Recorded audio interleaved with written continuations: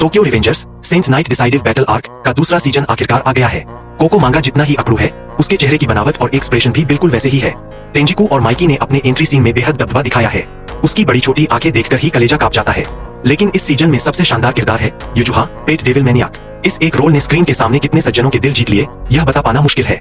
कहानी पिछले भाग से जुड़ती है। ताकेमिची ने बॉलिंग खेलते समय एक एक्सपर्ट से मुलाकात की।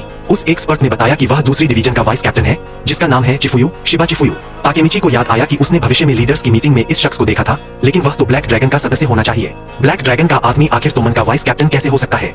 यह सोचते ही ताकेमिची का दिमाग घूम गया, लेकिन तभी हिनाता की तारीफ ने उसका ध्यान खींच लिया। किसी भी लड़के को यह बात बुरी लगती है जब उसकी गर्लफ्रेंड डेट पर किसी दूसरे लड़के की तारीफ करे।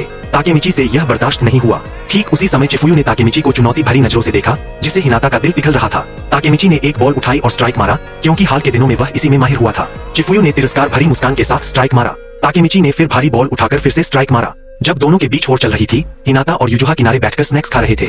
युजुहा ने हिनाता को चॉकलेट का टुकड़ा दिया और हिनाता ने उसे एक स्टिक दे दी। दोनों अच्छी सहेलियां बन चुके थे। ताकेमिची की बाजी भी पलट गई।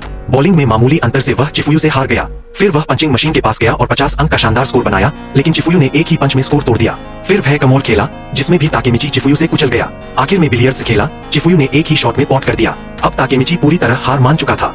चिफुयु ने ताकेमिची के कंधे पर हाथ रखते हुए कहा, आज से हम भाई हैं, मेरे घर चलते हैं। युजुहा ने ताकेमिची को बताया, मैं चिफुयु की बड़ी बहन हूँ, तो अब तुम मेरे छोटे भाई हुए। मुझे समझ नहीं आता कि तुम तोमन के कैप्टन कैसे बन गए, बिल्कुल कमजोर लगते हो। चिफुयु तो कहीं बेहतर है, लेकिन उसमें वह इच्छा ही नहीं है। युजुहा ने समझाया कि उसका भाई बहुत शर्मिला है, अपनी माँ के अलावा किसी भी लड़की से बात करते ही उसका दिमाग जाम हो जाता है।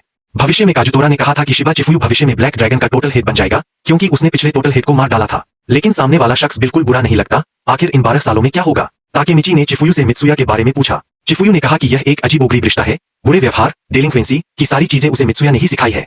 मित्सुया उसके अपने बड़े भाई जैसा है। युजुहा ने ताकेमिची को बताया कि चिफुयु को मित्सुया के प्रति जो प्यार है, वह सामान्य नहीं है। यहाँ तक कि उसके फोन का वॉलपेपर भी मित्सुया की फोटो है।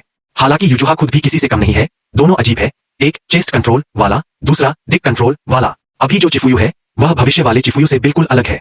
हालांकि पता नहीं आगे क्या होगा, लेकिन अगर ताकेमिची भविष्य को बदलने में कामयाब हो गया, यानी तोमन को गलत रास्ते पर जाने से रोक दिया, तो हो सकता है कि ब्लैक ड्रैगन खत्म हो जाए।